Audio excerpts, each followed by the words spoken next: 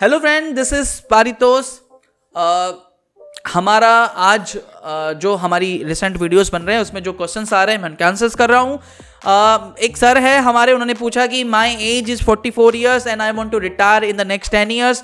मेरे पास तकरीबन पीएफ का जो कॉर्पस है वो 30 लाख रुपए का है, तो क्या मैं इसमें से पैसा विड्रॉल करके 15 लाख रुपए विड्रॉल करके फ्लैक्सी कैप म्यूचुअल फंड में डालूं क्या? तो देखो सर, अगर मैं आपकी जगह हूं तो मैं बिल्कुल यही करूंगा। ठीक है, पीपीएफ में मैं देखो, अगर मैं रिटायरमेंट प्लानिंग की बात कर रहा हूं तो रिटायरमेंट प्लानिंग पे कम से कम जितना भी, एक तो पहले सबसे पहले बात आपको कैलकुलेशन करनी पड़ेगी कि at the time of your retirement आपकी कितनी रिक्वायरमेंट पैसे को चाहिए होगी। इस पे मैंने वीडियोस बनाई हुई हैं, कई बार मैंने रिटायरमेंट प्लानिंग पे कैलकुलेशन वाला वीडियोस बनाए हुए हैं। आई थिंक 4-5 बार बना चुका हूं मैं, तो आप वो वीडियोस रेफर कर लीजिएगा कि उसमें कैलकुलेट कीजिएगा कि आपने कितनी जरूरत है 10 सालों के बाद आपके रिटायरमेंट के लिए। पीपीएफ में से अगर मान लीजिए 30 लाख रुपए का पैसा है, अगर आपकी जगह होता तो मैं भी यही करता कि उसमें से 15 लाख रुपए या जितना भी मैं कर सकता हूं वो विड्रॉल करके मैं किसी इक्विटी फंड में ही पैसा इन्वेस्ट करता। अगर मेरा इन्वेस्टमेंट टेन्योर 10 साल का है, 10 साल का समय काफी होता है इक्विटी मार्केट के लिए। और हमने इस पे, मैंने और काफ़ी लोगों ने इस पे, जो आपने YouTube वीडियोस देखते होंगे, काफ़ी स्टडी करी है कि अगर कम से कम 7 साल 8 साल का समय दे रहे हो तो इक्विटी मार्केट में आपने कभी नेगेटिव रिटर्न्स कमाए नहीं है। मैं इस पैसे को ये नहीं बोलूंगा कि आप डायरेक्टली स्टॉक मार्केट में लगा दो।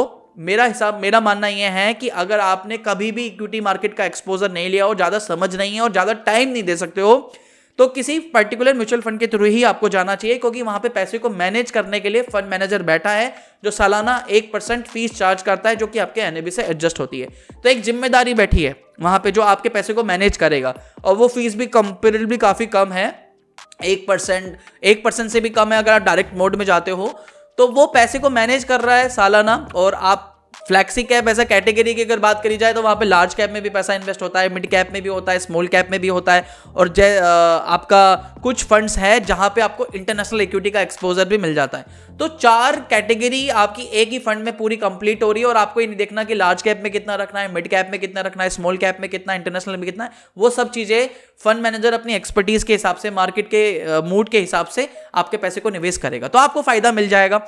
और ये पैसा over a period of time growth भी होगी, क्योंकि इक्विटी का कंट्रीब्यूशन होगा।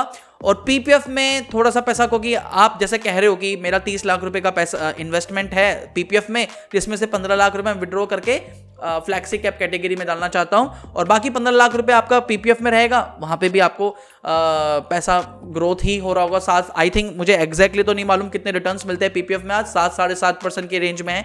एक चीज मैं आपको हाईलाइट करना चाहता हूं, यहाँ पे जो पीपीएफ के रिटर्न्स है ना, वो हर साल कम होते जा रहे हैं। 2002 में ये 11-12% भी मिलता था, फिर 11 हुआ, फिर 9 हुआ, फिर 8 हुआ।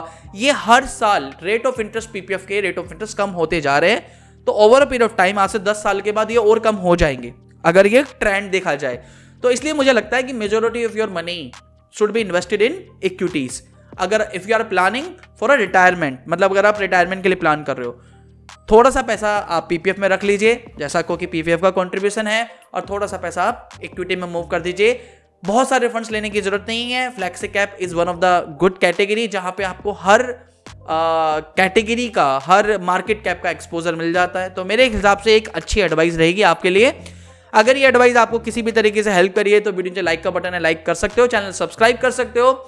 और अगर आपके भी मन में कोई डाउट है, कुछ पूछना चाहते हो, नीचे कमेंट करके पूछिए कि मैं आई विल ट्राई कि मैं उस पर वीडियोस बनाऊं। फिर मिलते हैं, धन्यवाद।